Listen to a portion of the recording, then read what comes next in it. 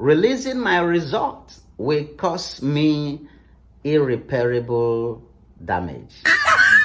So says your president. Have you ever taken time to think about the meaning of that, the implication of that statement? You be mumu. Do you know that Nigeria is in a big mess? You are sitting down there just acting as though nothing is happening.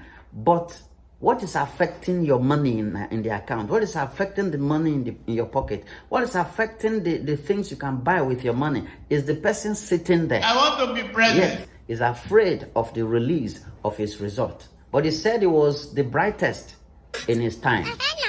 When will you wake up, Nigerians? We must learn a lesson.